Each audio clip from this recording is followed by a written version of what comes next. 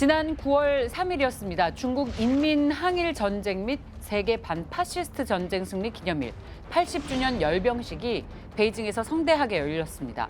26개 정상들이 참가한 가운데서도 가까운 자리에 위치를 해놨단 말이에요. 특히나 2024년 한 해 동안 북중 관계는 월별로 좀 안 좋았던 게 많이 드러난 것 같아요. 러우 전쟁이 아직 끝나지 않은 상황에서 미국과 우리 삼국이 어떻게 맞짱을 뜰고 어떻게 협력할 것인가. 중러 북 정상들의 연대 과시에 가장 촉각을 곤두세운 건 바로 미국이었습니다. 보란 듯이 친미를 이렇게 과시하는 중러 북에 즉각 반응을 표했습니다.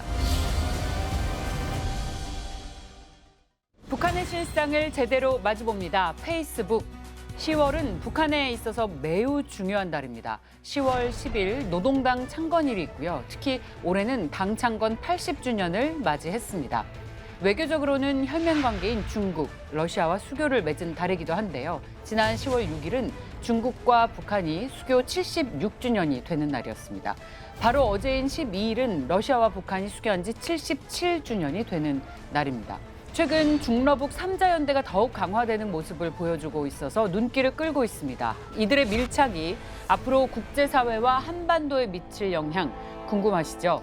자, 오늘 함께할 전문가 소개하겠습니다. 아산정책연구원의 부원장이신 차두현 박사님입니다. 어서 오세요, 박사님. 네, 안녕하십니까? 자, 그리고 북한 이탈 주민 김금혁 씨와 저희 첫 방문하신 최금희 씨도 함께합니다. 어서 오십시오. 맞습니다. 제가 그 제작진한테 살짝 들었는데 고등학교에서 러시아 가르치시고 대학교에서는 인문학 수업하시는 멋쟁이 교수님이라고. 저는 학부 대학원은 러시아 문학을 전공했고요.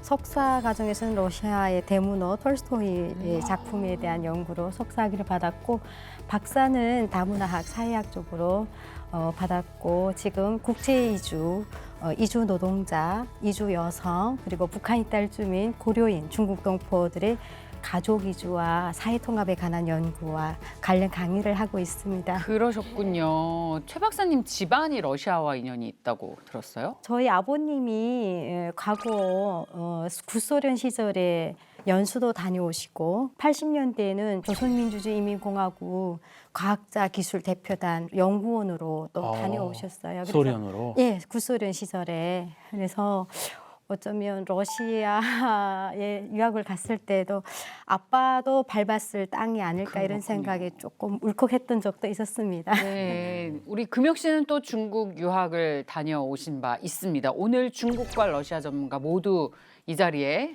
있기 때문에 북한과 관련한 소식, 그리고 러시아와 중국에 살면서 들었던 많은 이야기들 들려주시면 좋겠습니다.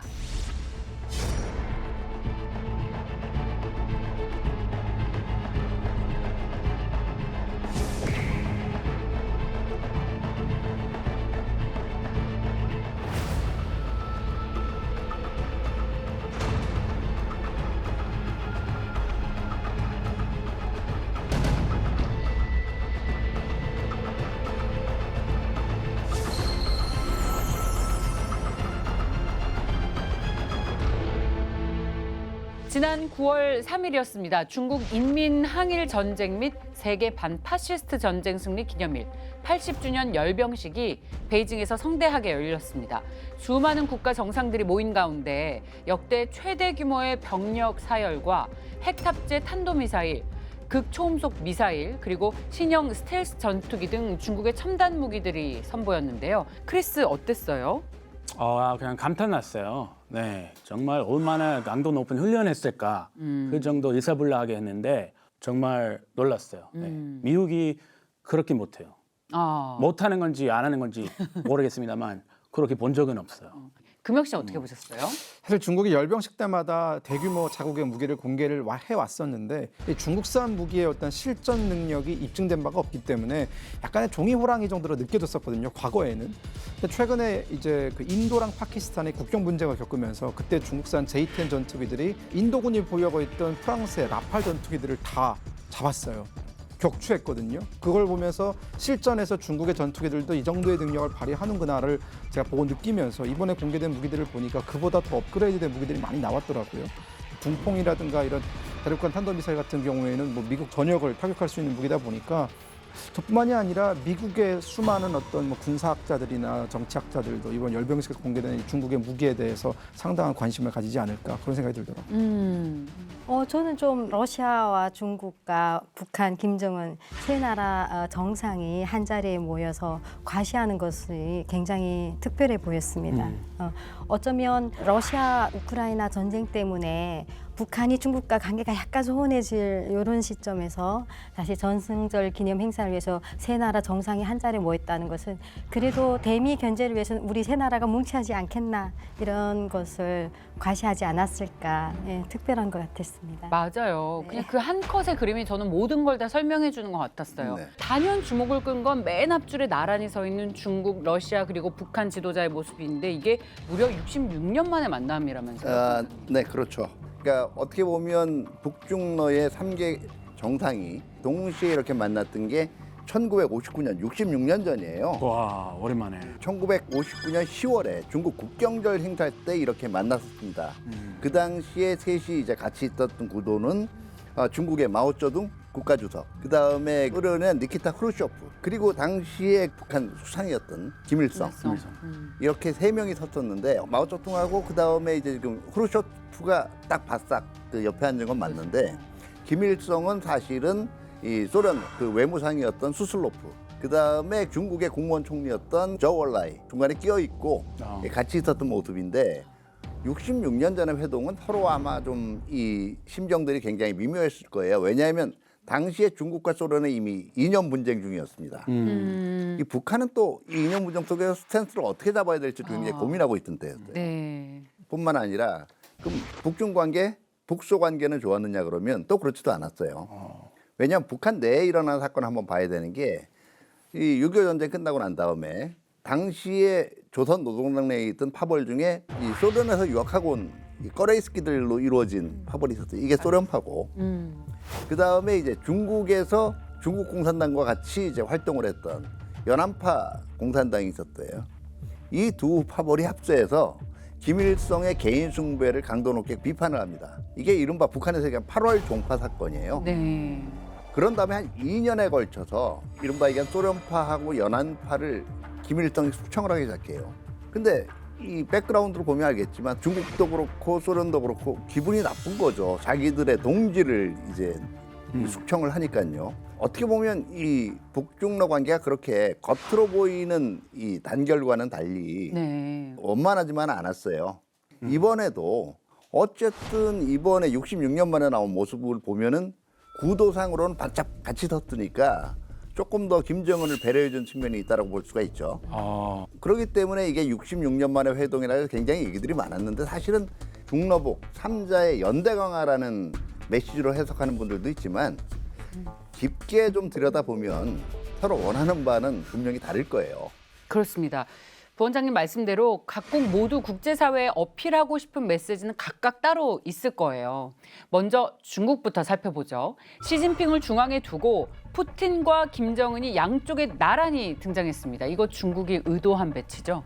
네, 그렇다라고 봐야 되겠죠. 그러니까 사실은 이제 같은 자리에 서면서도 뭐 우리가 말풍선이라 그러잖아요. 이 말풍선 그려보면 생각하는 바가 나왔을 다르죠. 거예요. 네. 이 러시아의 푸틴이 생각을 했던 거는 내가 그렇게 바라던 러시아도 한 지분을 가지고 있는 이제 다극 구도가 완성이 됐다 얘기하고 싶었을 거고요. 김정은 입장에서는 어땠을까요? 66년 할아버지는 그래도 저 떨어져서 좀 뒤켜난 자인데 나는 이제 당당히 중국과 러시아 정상과 어깨를 나란히 했다. 이제는 그 북한도 중국과 러시아의 이 삼각 연대를 당당히 끌어가는 동등한 협력자로서 이제 자리 잡게 됐다는 거. 이거 이제 인민들한테 집중적으로 선전해야지 이렇게 생각을 했을 거예요. 그렇죠. 네. 근데 중국 입장에서는 결국은 뭐 러시아와는 전략적 협력이 중요하고 북한은 조금 달랜다는 측면에서 굉장히 김정은을 환대하긴 했습니다만 옷 입는 것만 봐도 3자 중에서 유일하게 인민복을 입은 게 시진핑 주석이잖아요. 민복. 나머지는 다 양복 차림이었어요. 결국은 이걸 끌어가는 지도자는 나다. 그래봐야 양쪽 다 나한테 손 벌리게 돼 있을 거야. 사실은 이 구도를 보여준 거죠. 이미지 정치라고 할 수 있는데 김정은이 사실 인민복 안 입고 간 것에 대해서도 많은 해석들이 있었어요. 그래서 그렇죠. 뭐 예. 개방적인 모습을 보이고 싶어서 그렇다는 얘기도 있지만 아마 드레스 코드 자체를 중국이 그렇게 구상을 했을 거예요. 네. 아, 양복 입고 가라. 예, 똑같이 민복 입으면 그렇죠. 그 시진핑 주석이 덜 튀잖아요. 그러게요. 핵심 때렸네요. 이번에 생각은 달랐지만 어쨌든 중국 입장에서는 네.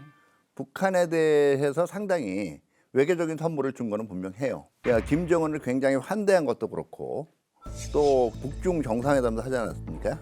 이게 지난 2, 3년간의 관계하고는 굉장히 대비가 되는 거예요. 왜냐하면 사실은 북중 관계가 냉랭하다 이런 얘기를 하시는 분들이 많았는데 사실 그렇게 친하게 드러나지는 않았어요. 네. 티가 냈군요. 예, 제가 보기에는 왜 그러냐면 이 러시아하고 북한 간의 관계에 비해서 상대적으로 좀 덜 부각이 돼서 그렇지 지난 2, 3년간도 고위급 다 교류하고 다 했거든요.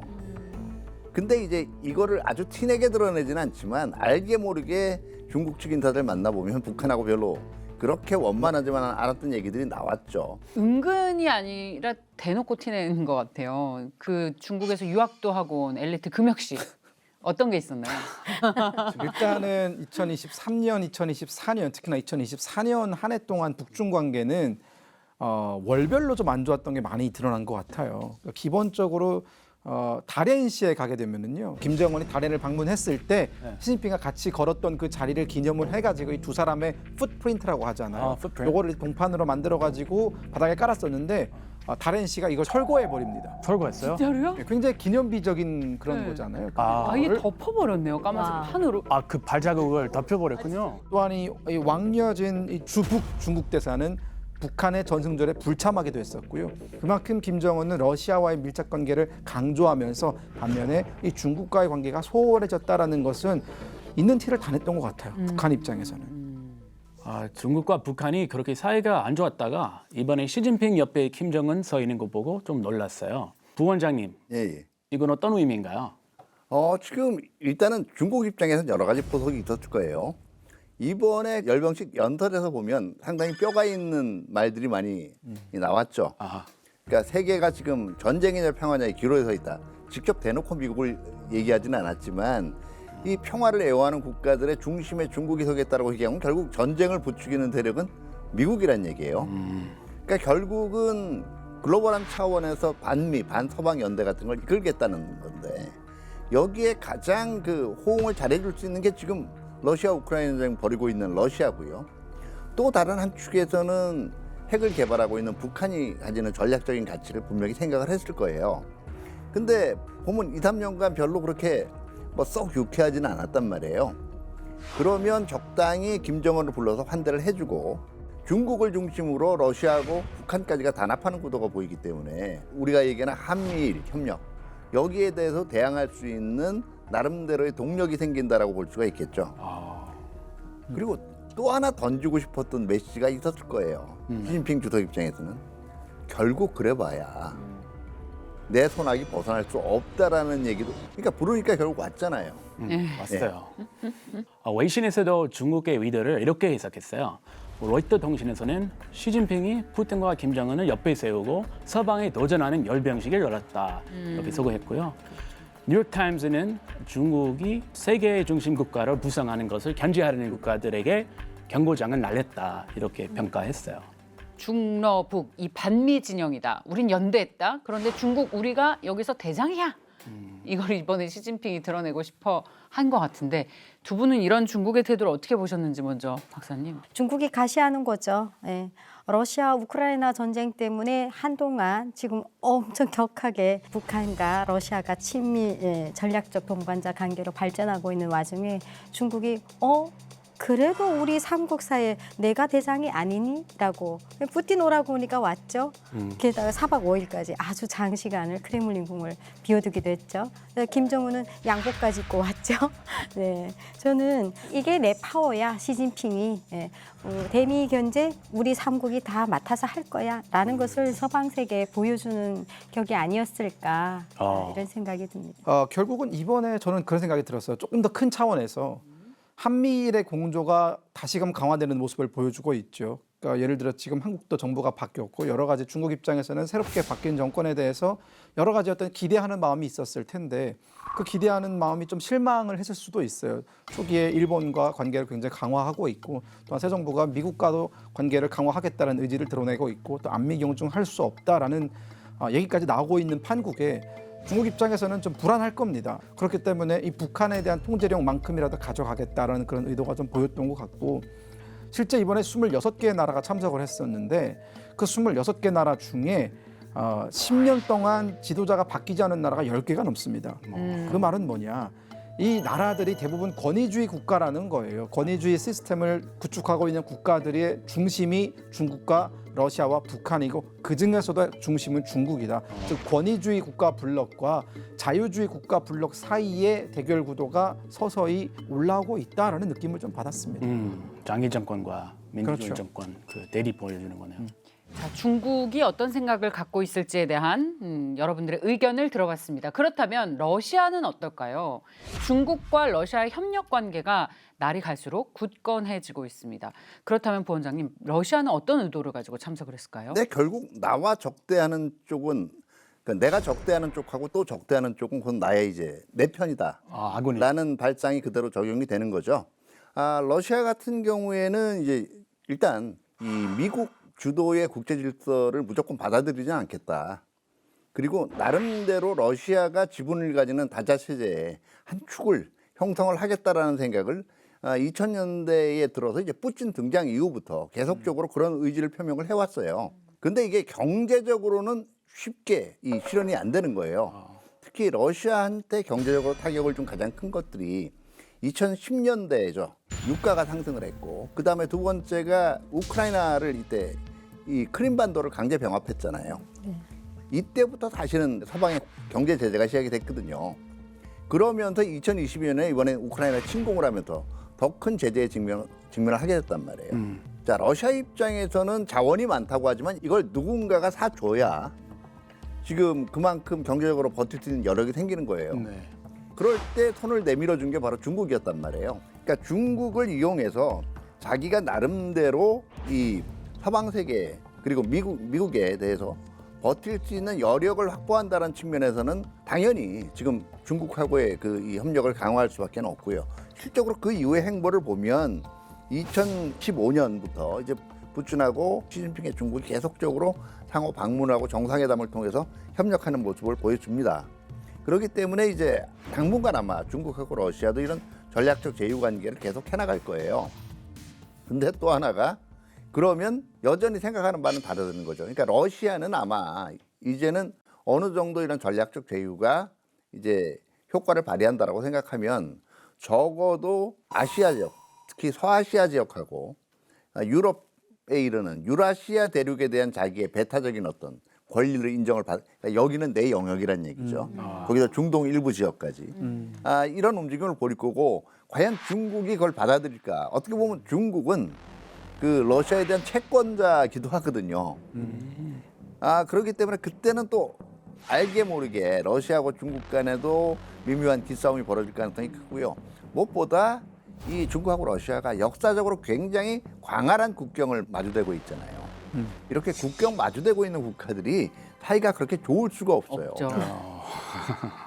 근데 러시아는 최근까지만 해도 미국과 대화를 하겠다. 이걸 통해서 우크라이나 전쟁 종전을 위해서 노력하겠다라는 입장을 계속해서 나타내고 있지 않았습니까? 그간 트럼프가 공공연히 푸틴과 긴밀한 관계를 가지고 있다. 우리 친하다. 계속 어필해 왔었잖아요.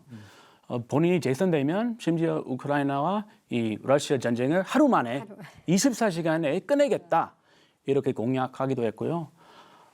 근데 이번에 뭐 8월 15일 미국 알래스카에서 만났었잖아요.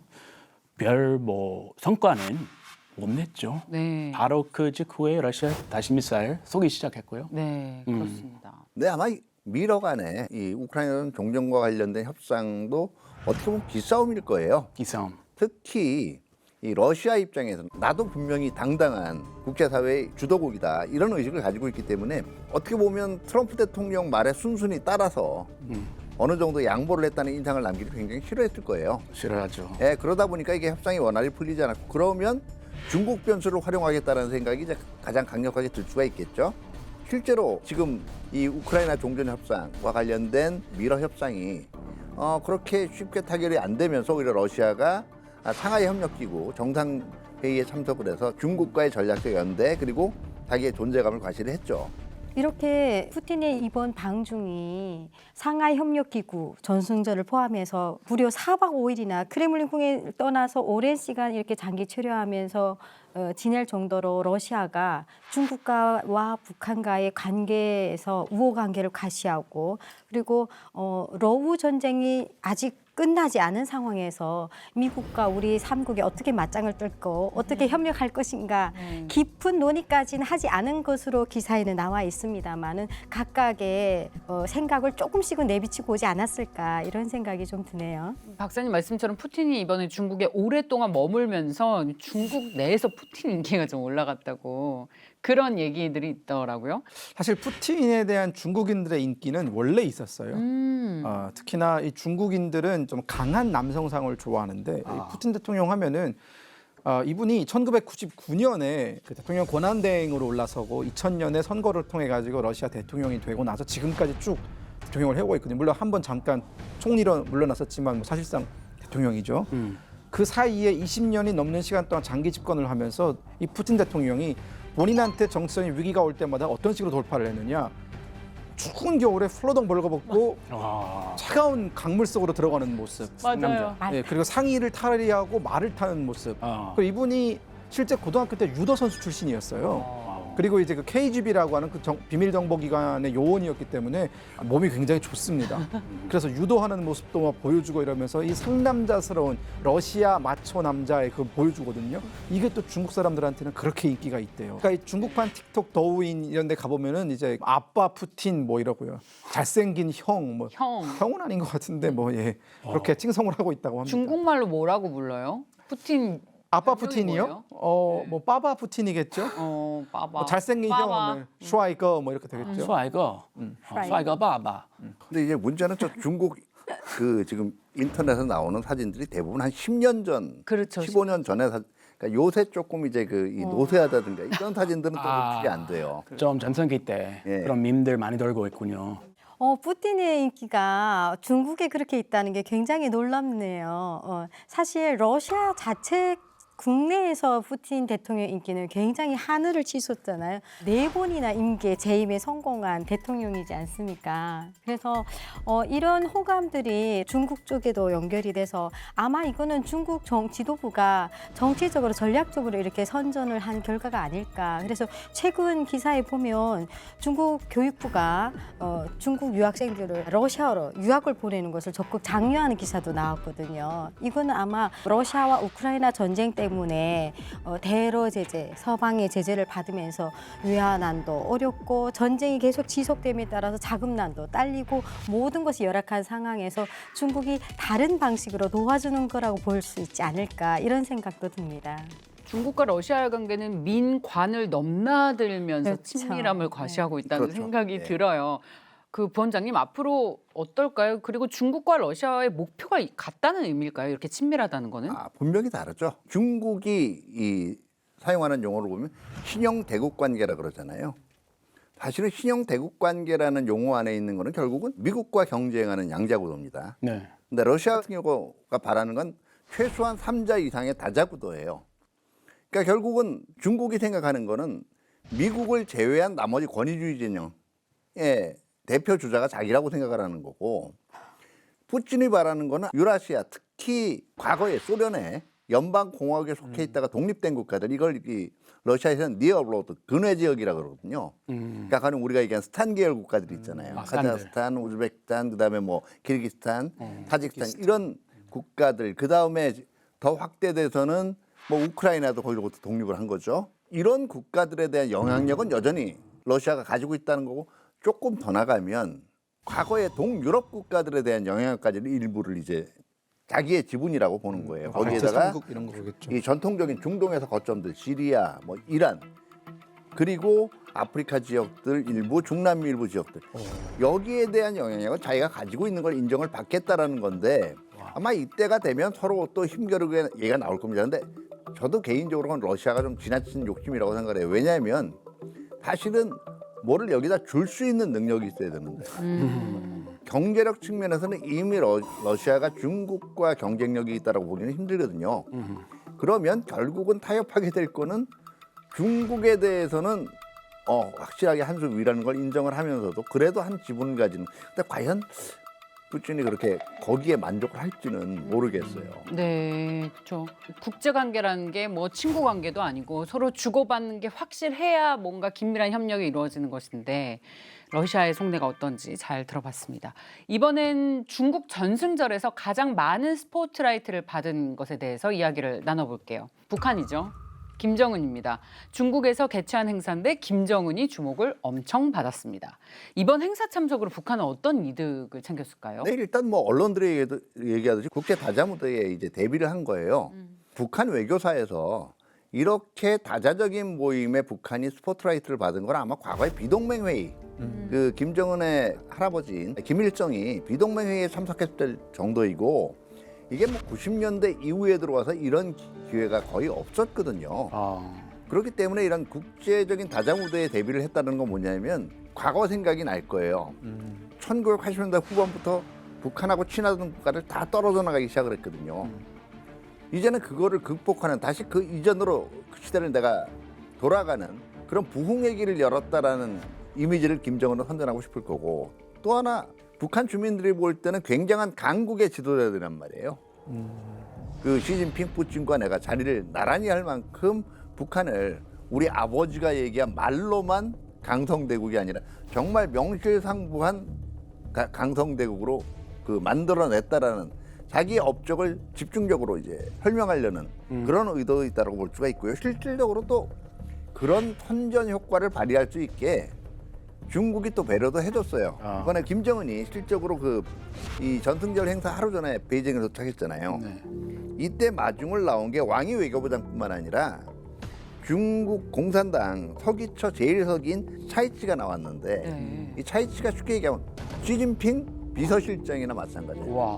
보통 우리가 기업 간에도 자기 비서실장 내보내서 영접할 정도면 굉장히 환대하는 거잖아요. 그렇죠. 네, 그런 이미지를 이번에 만들어 준 거죠. 높은 사람이 나왔군요. 네네.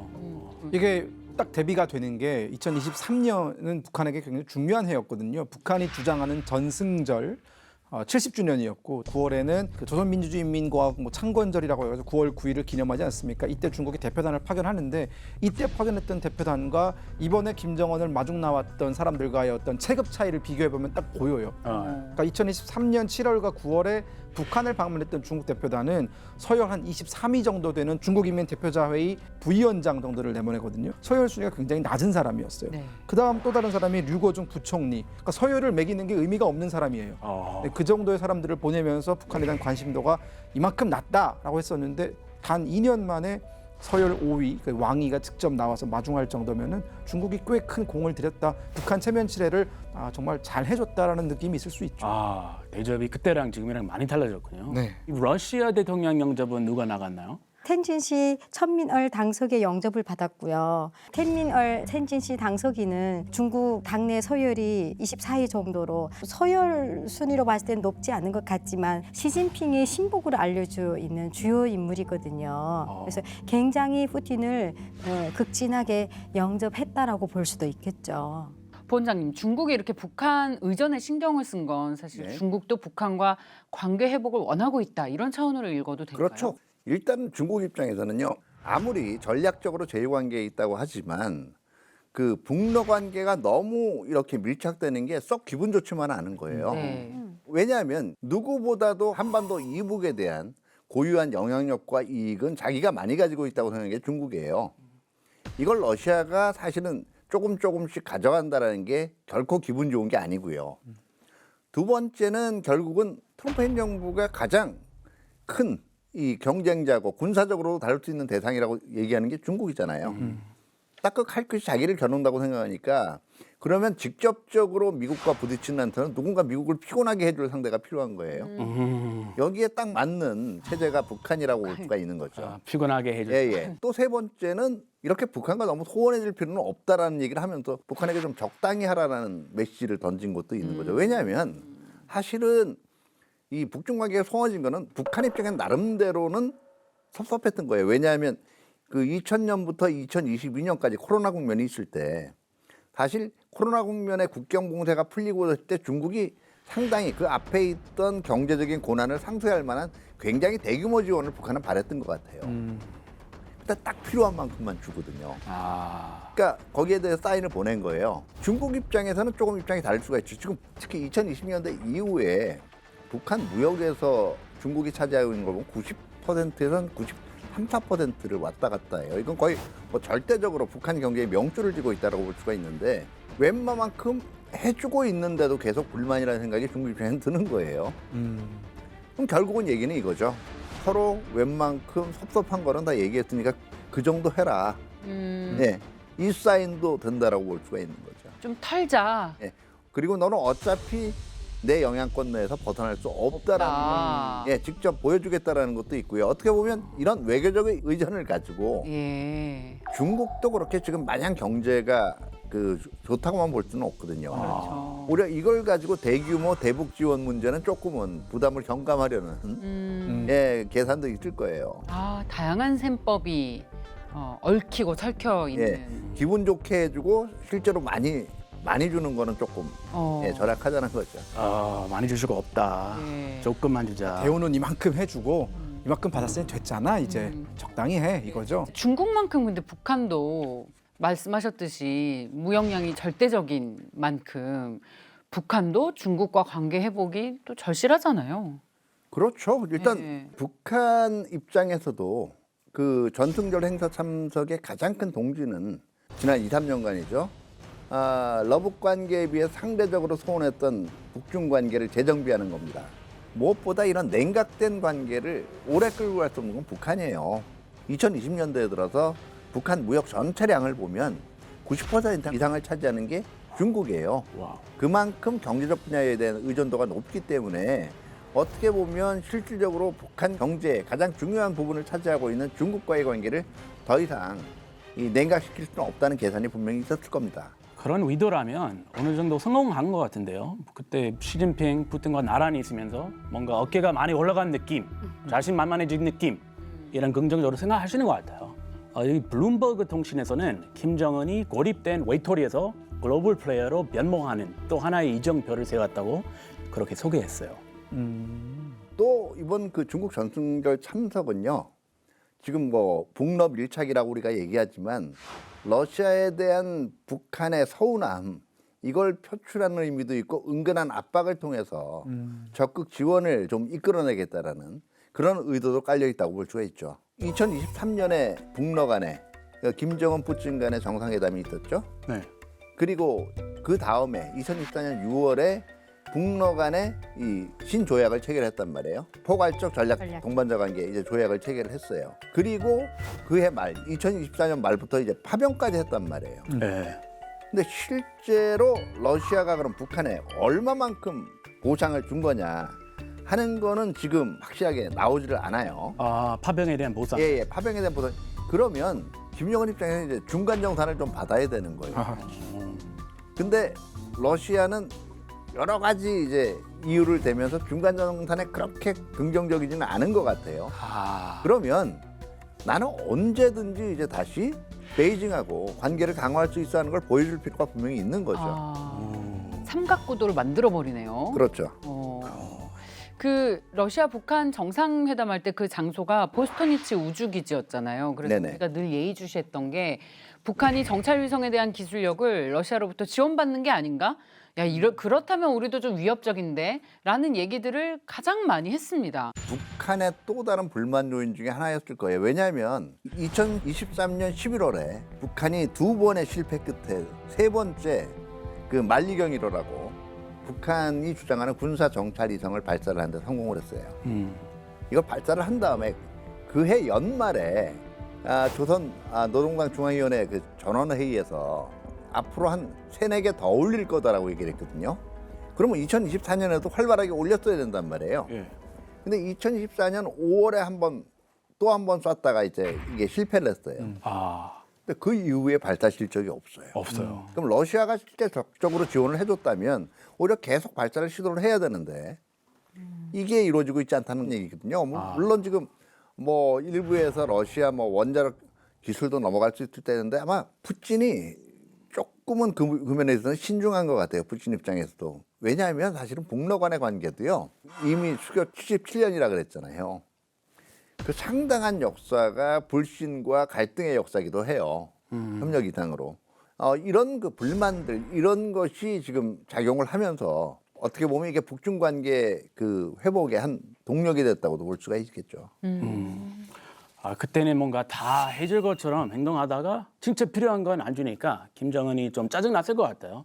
뭐 화장실 갈 때랑 나갈 때 좀 다르듯이 많이 이랬을 것 같은데 그래서 이번 러시아 전승절에 안 간 건가요? 이 러시아 전승절에 시진핑 주석은 갔어요. 네.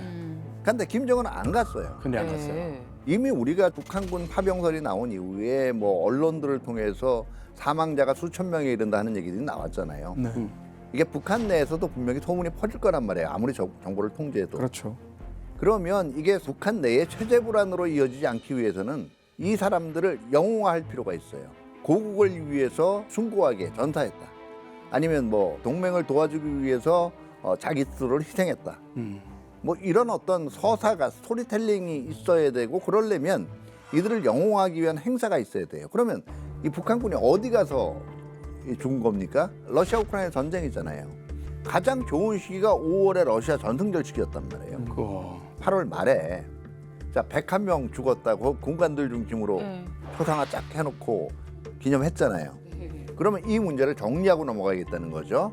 자 그러면 뭔가가 지금 이게 엇박자가 있다라는 거예요. 아까 그러니까 러시아 우크라이나 전쟁에 파병까지 해가면서 북한이 바라는 바와 러시아가 실제 주는 거 안에 뭔가 괴리가 있기 때문에 나름대로 북한 나름대로 지금 불쾌하다는 사인을 다시 이제 모스크바한테도 보내기 시작을 한 거죠. 괴리감이 있기 때문에. 지난 여름에 8월에 김정은이 파병 희생자들 위로하기 위해서 자체적으로 행사를 마련한 것을 보고 굉장히 놀라지 않았습니까? 북한으로서 상당히 이례적인 제스처였습니다. 유가족에게 사죄한다라는 이야기도 했고요.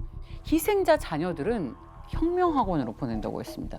이거 지금 엄청난 특혜 아닌가요? 근데 사실 특혜는 특혜인데요. 북한에서 살다 온 사람 입장에서 봤을 때도 좀 애매한 구석이 좀 몇 개가 있어요. 애매해요. 그러니까 방금 부원장님께서 말씀하신 것처럼 영웅화 작업은 하고 있는데 지나치게 과하게 영웅화 작업을 하고 있다는 느낌이 들었거든요. 그래서 그걸 보면서 그 내면에 결국은 북한 내부에서 이 러시아 파병에 대한 북한 주민들의 이해가 여전히 좀 떨어져 있구나. 그러니까 왜 파병을 했는지 잘 모른다라는 것. 그리고 어쨌든 생때 같은 자식들이 죽어서 돌아왔잖아요.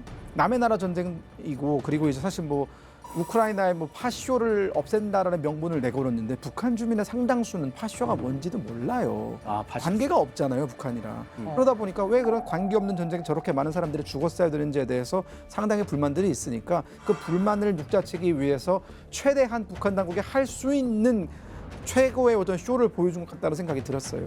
그러나 이제 그 어떤 유가족의 자녀들은 혁명학원으로 보낸다라고 했는데 북한이 만경대 혁명학원이라는 말을 안 써요. 그냥 혁명학원에 보낸다라고 썼거든요. 남포 혁명학원에 보낼 가능성이 있어요. 여기서 또 급 차이를 내는 거예요. 그리고 또 달라요? 만경대랑 네, 만경대는 완전히 달라요? 만경대 혁명학원 자체는 그 설립 취지 자체가 과거에 김일성을 중심으로 빨치탄 그 세대들 그 2세, 3세들의 어떻게 보면 차별화된 교육을 위해서 보내는데요. 그러니까 원탑이에요. 거기 보낸다는 거 완전히 신분 자체가 달라진다는 얘기인데 다르군요. 저 아마 제가 볼 땐 두 가지는 분명히 할 거예요. 저기 가면 일단은 입당은 확실한 거고요. 노동당 입당은. 두 번째는 자녀들 같은 경우에 나중에 군에서 이제 군에 입당했다 그럴 때 군관 올라가는 것도 거의 보장이 될 겁니다. 예, 장교적으로. 민심 달래기에도 나서고 있는 김정은의 모습입니다. 그리고 이번에 베이징에서 중러북 3자 회담이 이뤄지지 않을까라는 예상이 있었지만 결국에는 없었습니다. 그렇진 않았고요. 대신 중국과 북한이 회담을 했고 러북 회담 또한 진행됐습니다. 이것도 북한 입장에서는 소기의 성과가 있었을 것 같은데 부원장님 어떤 이야기들이 오갔나요? 네, 김정은이 가장 바랬던 거는 이 북중러, 중러북 3자 회담 형태 한번 하는 것까지를 바랬을 거예요. 근데 그거는 아마 중국이 부담스러웠던 것 같아요. 이게 왜냐하면 열병식 연설에서 반미, 반서방 연대 만들겠다. 그리고 선두에 중국이 서겠다고 했는데 여기에다가 북중러가 직접 만나가지고 회담, 그러면 이거 정말 한번 해보자라는 소리로 그쵸. 질 수가 있다라는 거예요. 그렇기 때문에 커지죠. 결국은 3자회담은 이루어지지는 않았지만 적어도 북한 입장에서는 중국 정상도 만나고 러시아 정상도 만났단 말이에요. 북중회담은 두 가지예요. 사실은 그동안도 그렇게 사이 안 나빴다. 아, 네. 두 번째는 그동안 북중이 가장 긴밀한 협력 관계를 가지고 다시 한번 재확인하고 앞으로 더욱 협력 관계를 공고해 나가겠다라는 거고요. 북러도 비슷해요. 그동안 계속 협력을 해왔고 특히 우크라이나 뭐 이런 지역에서 이 북한의 기여에 대해서 이제 이 푸틴이 감사한다 그랬고 앞으로도 김정은은 할 수 있다라고 얘기한 거죠. 앞으로도 그런 기여를 할 수 있다 그래서 자기 존재 가치를 보여준 거고 어쨌든 북한 입장에서는 대내적으로도 그렇고 대외적으로 그렇고 선전할 수 있는 거리는 상당히 많이 가져갔다고 봐요. 아, 근데 문제는 구체적인 어떤 새로운 협력 프로그램 자체가 지금 발표되지는 않았어요. 미래 가능성이 그런 걸로 봐서는 상징은 굉장히 많이 가져갔는데 실리는 챙겼느냐? 이건 조금 더 들여다봐야 될 것 같아요. 이번 중국 전승절 기간 동안 세간의 주목을 끌었던 북한의 에피소드들도 있었습니다. 여러 가지 에피소드 중에 제가 개인적으로 흥미있었던 건 김정은이 이번에 방중을 하면서 무려 7성급 호텔 수준이라고 일컬어지는 그 조오대 영빈관에 안 묵었다라는 사실이에요. 북경역에 도착을 하면은 어디 들렸다 대사관 들렸다가 조오대를 갈 것이다라고 예측을 했단 말이에요. 근데 갑자기 조오대를 가지 않고 북한 대사관에서 숙박을 한 겁니다. 그 이유가 있죠. 결국 조오대 같은 경우에는 모든 시설이 다 완벽하게 최고의 수준에서 갖춰져 있지만 중국이 관리를 하잖아요. 네. 그런데 대사관은 북한이 관리를 할 수 있습니다. 즉 김정은의 생체 정보, 뭐 사람이 살다 보면 뭐 여러 가지 어떤 생리 활동을 할 수 있는데 그런 생리적인 부분에 대해서 중국한테 힌트를 남기지 않고자 그게 외부로 유출된 걸 막기 위해서 김정은이 모든 것을 관리할 수 있는 북한 대사관에서 이제 뭐 좌변기까지 가져가다 놓고 거기서 모든 것들을 다 해결한 것이 아닌가. 결국은 김정은이 얼마나 본인의 건강에 자신감이 없으면 저렇게 저런 정보가 나가는 것을 두려워할까 이런 생각이 좀 들었습니다. 그러게요. 프라이버시 지키려고. 아니 그뿐만이 아니었어요. 이게 정상회담을 하려고 이렇게 자리에 앉았잖아요. 그럼 일어났어요. 그러면 그 경호원들이 빠르게 달려가서 그 자리를 다 닦습니다. 지문 이런 거 남기지 않으려고. 얘네 이런 거 안 남기려고 정말 노력을 한다라는 건데 역으로 생각을 해보면 자신감이 있으면 나 건강하다 이렇게 일부러 흘릴 것 같아요. 자신감이 없으니까 어떤 거라도 서방 세계 손에 특히나 미국 손에 들어가서는 안 된다라는 그런 강박관념이 좀 있는 것 아닌가 그런 생각이 좀 들었습니다. 금혁 씨 말씀처럼 역으로 건강 이상설에 오히려 무게를 실어줬다. 북한의 행동이. 그렇게 우리는 또 해석을 했죠. 저는 에어컨 온도 조절 가지고 러시아 측과 북한 측의 수행원들이 미묘한 신경전을 벌이는 그 장면이 굉장히 인상이 깊었어요. 북측 수행원이 실내 온도를 23도까지 올리자 러시아 수행원이 제지를 하는 거죠. 러시아 관계자는 온도를 20도에 맞추자고 하고 아마 북한 측의 수행원은 장군님에 대한 그 충성심으로 건강으로 온도 유지하자 이런 신경전이 있지 않았을까. 거기에 하나 또 우리 수령도 너네 수령과 맞짱 떠서 똑같은 동급이다. 이런 기싸움도 그런 느낌이 좀 들었었어요. 아, 확실히 기싸움이 있었고 네. 이렇게 누구도 물러설 기세 없이 그냥 서로 그 영어로 기사 봤는데 거기 finger wrestling match이라고 하는데 보통 팔씨름 하잖아요. 여기는 손가락 씨름. 이 조정기 갖고 온도 조절하는데 그런 싸움이 벌어졌다. 마지막에 푸틴 이 보디가드가 이기니까 그거 지면 김정은 경호는 큰일 나거든요. 큰일 나요. 그러면 처벌받을 수 있거든요. 너 왜 졌냐 이러면서. 그 이후의 소식이 까지 이겼어야지. 이런. 그 이후의 소식이 없어요. 그냥 추측인 거죠. 걱정이네요. 네. 자, 이번 중러 북 정상들의 연대 과시에 가장 촉각을 곤두세운 건 바로 미국이었습니다. 미국의 트럼프 대통령이었는데 보란 듯이 친미를 이렇게 과시하는 중러 북에 즉각 반응을 표했습니다. 대통령이 뭐라고 했나요, 크리스? 일단 아주 뭐 단순하고 직설적으로 얘기했어요. 아름다운 행사였고 인상적이었다. 그들은 내가 지켜보기를 원했고 내가 역시 실제로 지켜봤다. 나는 그들 모두와 매우 좋은 관계를 유지하고 있다. 관계 자랑도 하고요. 이런 모습 그냥 대중 앞에서 미국 대중 앞에서 보여줬습니다.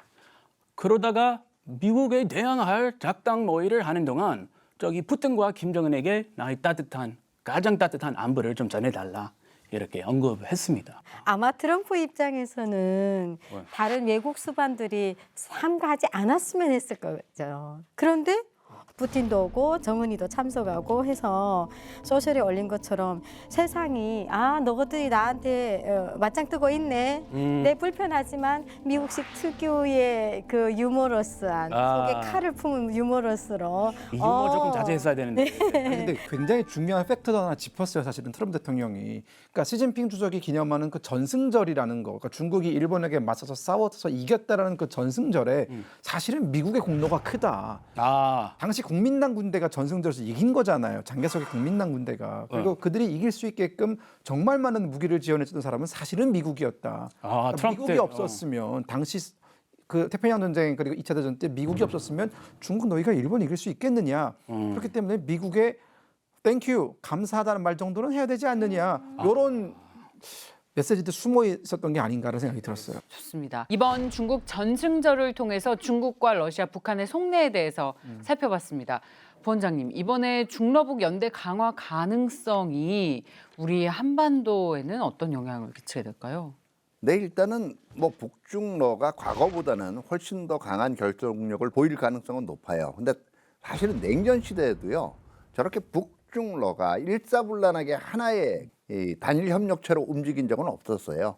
그때도 양자관계 위주로 돌아갔습니다. 다시 말해서 러북, 중북, 뭐 중러 이런 양자관계 위주로 그 협력이 이루어지면서도 가끔 군사훈련이라든가 이런 데서는 선별적으로 협력되는 게 있겠지만 그게 3자가 동시에 어떤 20년시의 협력을 가지고 한반도에서 위협 구도에 뛰어든다? 이거는 아직 제가 보기에는 좀 너무 섣부른 판단이라고 볼 수가 있고 이거 생각을 한번 해볼 필요가 있어요. 왜 냉전 시대에도 직접적으로 보이지 않는 북중러 이제 삼각 협력이 왜 우리 눈앞에 지금 보이냐 하면 이게 체제가 비슷해져 버렸어요.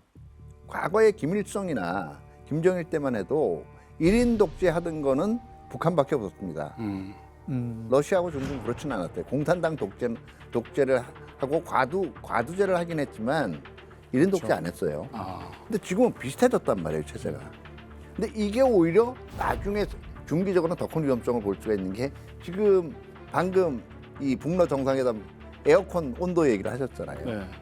독재의 속성은 뭐냐면요. 자기 주민들한테만, 자기 국민들한테만 그 권위를 보이려고 하는 게 아니에요. 다른 지도자들까지 휘어잡고 장악하려고 해요. 그러면 과연 이 3명의 스트롱맨들이 과연 모여가지고 분명히 서열을 따질 겁니다. 예, 그 서열을 따지는 순간이 파열음이 날 수가 있는 거죠. 자, 이번 중국의 전승절은 현재 중국, 러시아 그리고 북한과의 관계를 아주 제대로 보여준 행사였습니다. 각자 원하는 게 무엇인지, 특히 북한이 중국과 러시아에 밀착하면서 어떤 효과를 얻고 싶은지 알 수 있었습니다. 다음 시간에는 동맹이자 우방국이지만 동시에 불편한 관계이기도 한 중러북, 이 80년 애증의 역사에 대해서 살펴보겠습니다.